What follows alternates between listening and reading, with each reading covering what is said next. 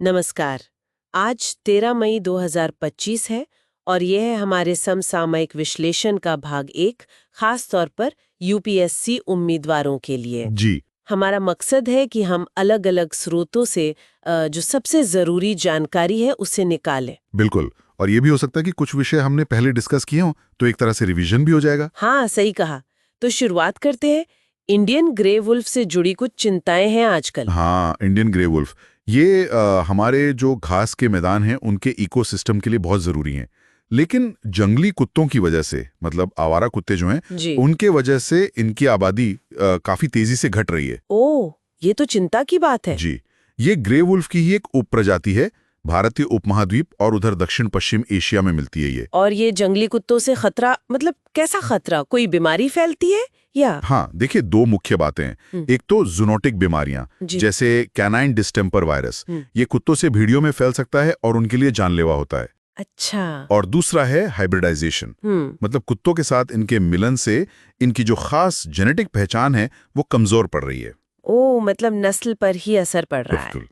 और वैसे ये ज्यादातर रात में एक्टिव होते हैं, छोटे झुंडों में शिकार करते हैं, झाड़ीदार जमीन या जो सेमी एरिड घास के मैदान होते हैं वहां ज्यादा मिलते हैं। और इनकी संरक्षण स्थिति क्या है अभी? आपने कहा संख्या कम हो रही है। हाँ, देखिए, दुनिया भर में तो IUCN इन्हें लीस्ट कंसर्न मानता है, लेकिन भारत में स्थिति गंभीर है।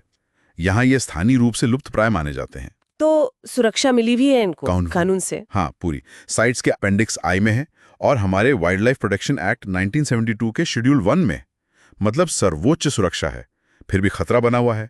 महाराष्ट्र का कदबनवाड़ी ग्रासलैंड इसका एक उदाहरण है। यूपीएससी के लिए तो ये पर्यावरण, बायोडायवर्सिटी और मानव वन्यजीव संघर्ष, इन सबसे जुड़ता है। बिल्कुल। अच्छा, अब भेड़ियों से आगे बढ़ते हैं। पृथ्वी के एक बड़े बदलाव की बात करते हैं, मैग्नेटिक फ्लिप फ्लॉप, मतलब भू चुंबकीय उलटफेर। सुनने में आया है कि इसका कोई साउंड ट्रैक भी बना है हाल में। जी हाँ, एक तरह से डेटा को आवाज दी गई है। ये जो पृथ्वी का चुंबकीय क्षेत्र है, ये अदृश्य ढाल जैसा है, हमें स्पेस से आने वाले खतरनाक रेडिएशन से बचाता है। और बनता कैसे ये पृथ्वी के बाहरी कोर में जो पिघला हुआ लोहा है, उसकी मूवमेंट से पैदा होता है। अब इसमें दो चीजें होती हैं, रिवर्सल और एक्सकर्शन। रिवर्सल और एक्सकर्शन, इसमें क्या फर्क है? देखिए, रिवर्सल का मतलब है कि नॉर्थ और साउथ पोल पूरी तरह से अपनी जगह बदल लेते हैं। ये लाखों सालों में एक बार होता है, जैसे ब्रुनेस माटुयामा रिवर्सल हुआ था। अच्छा। और एक्सकर्शन वो एक छोटा अस्थाई बदलाव है, पूरी तरह उलटफेर नहीं होता, बस थोड़ी देर के लिए गड़बड़ी होती है, जैसे लिशाम्स एक्सकर्शन। और आजकल क्या चल रहा है? क्या अभी भी बदल रहा है ये क्षेत्र? हाँ, पिछले लगभग 200 सालों में ये करीब 10% कमजोर हुआ है। और जो नॉर्थ मैग्नेटिक पोल है, वो कनाडा से साइबेरिया की तरफ खिसक रहा है। ओह, तो वैज्ञानिक इसे ट्रैक कैसे करते हैं? कई तरीकों से। सैटेलाइट डेटा है, पुराने जहाज़ों के लॉग्स हैं, मिट्टी के बर्तन, लावा चट्टाने और बर्फ में जो कॉस्मोजेनिक आइसोटोप्स मिलते हैं, जैसे बेरिलियम 10, कार्बन 14, उनसे भी पता चलता है। काफी दिलचस्प है। भूगोल और पृथ्वी विज्ञान के लिए महत्वपूर्ण। जी। चलिए अब रक्षा क्षेत्र की एक खबर देखते हैं। पंजाब के होशियारपुर में एक चीनी PL-15 मिसाइल मिली है। हम बस तथ्यों पर ही रहेंगे। ये मिसाइल खास क्यों मानी जाती है? PL-15, इसे थंडरबोल्ट 15 भी कहते हैं। ये चीन की long range, beyond visual range, हवा से हवा में मार करने वाली मिसाइल है, मतलब BVRAM। बियॉन्ड विजुअल रेंज मतलब नजर की पहुंच से दूर तक? हाँ, इसकी स्पीड मैक 5 से ज्यादा बताई जाती है, मतलब आवाज से 5 गुना तेज। रेंज भी काफी है, घरेलू वर्जन की 200-300 किलोमीटर और एक्सपोर्ट वाले PL-15E की 145 किलोमीटर। और इसमें गाइडेंस सिस्टम कैसा है? इसमें एडवांस्ड ASA राडार गाइडेंस है। इससे इसे ट्रैक करना और जाम करना मुश्किल हो जाता है। तो ये डिफेंस टेक और अंतर्राष्ट्रीय संबंधों के लिहाज से ध्यान देने वाली बात है। सही है। अच्छा, वापस पर्यावरण की ओर आते हैं। दक्षिण भारत में अनामलाई टाइगर रिजर्व, वहां हाल ही में बाघों का प्री मानसून आकलन शुरू हुआ है। जी, अनामलाई टाइगर रिजर्व ये तमिलनाडु में है। अनामलाई पहाड़ियों पर वेस्टर्न घाट का हिस्सा है। काफी बड़ा होगा ये? हाँ, कोर एरिया ही करीब 958 वर्ग किलोमीटर का है।